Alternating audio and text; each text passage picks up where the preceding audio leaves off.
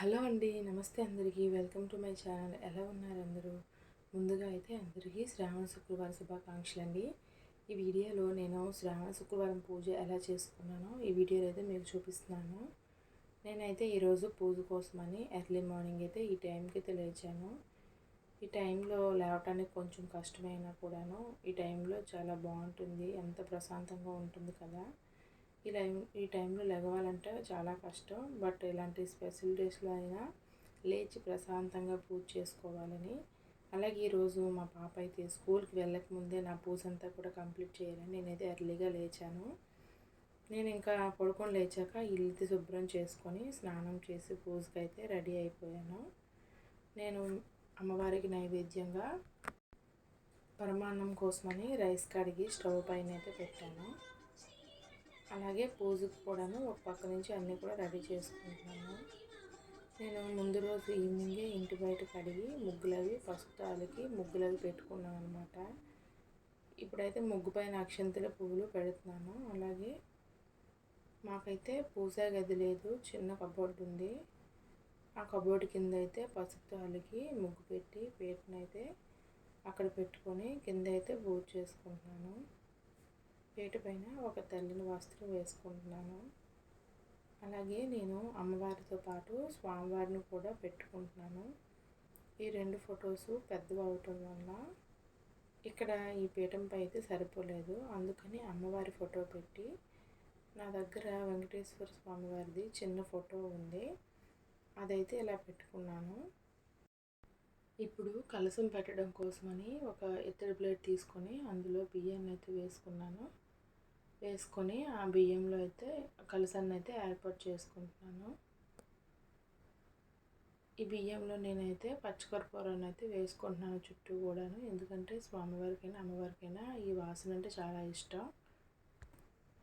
అలాగే తమలపాకులు ఎక్కువగా ఉన్నాయని చెప్పి ఇలా చుట్టూ పెట్టుకొని వాటిపైన అయితే కలశాన్ని అయితే పెట్టుకున్నాను.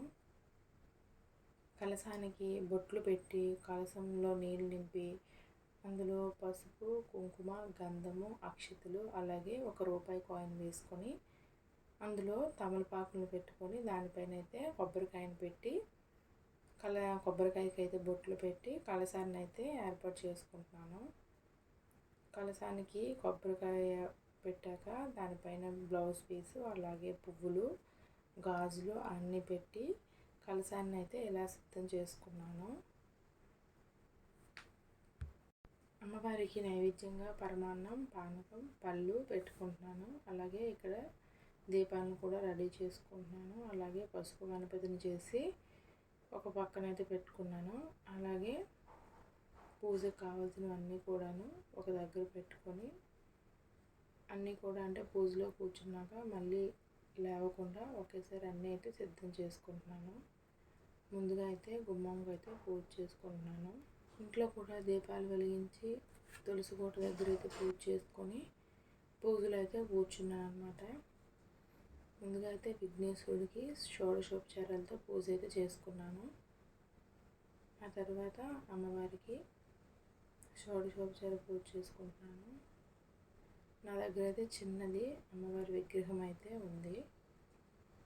అమ్మవారి విగ్రహానికి అయితే పంచామృతాలతో అభిషేకించుకుంటున్నాను.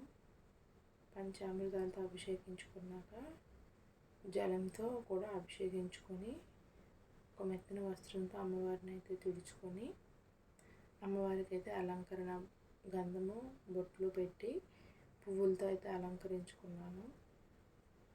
అలంకరణ అంతా అయ్యాక అమ్మవారికి అయితే అంగపూజ అయితే ముందుగా చేసుకుంటున్నాను.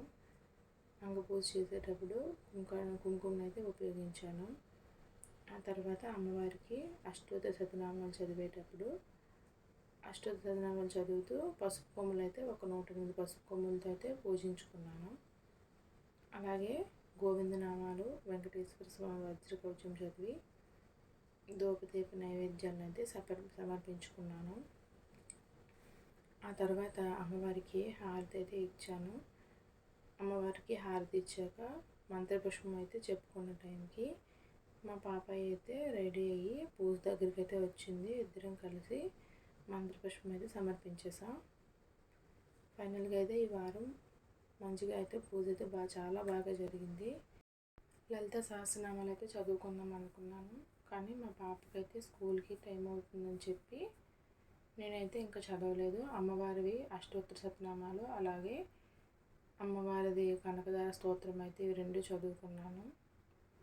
అలాగే శ్రావణ మాసంలో ఎన్ని శుక్రవారాలు వస్తే అన్ని శుక్రవారాలు కూడా నేనైతే ఇలాగే పూజ చేసుకుంటాను, నాకు వీలైన బట్టి. Thank you for watching. అలాగే నా ఈ వీడియో కానీ మీకు నచ్చినట్లయితే ప్లీజ్ లైక్ చేసి, షేర్ చేసి, సబ్స్క్రైబ్ చేసుకోండి. Thank you.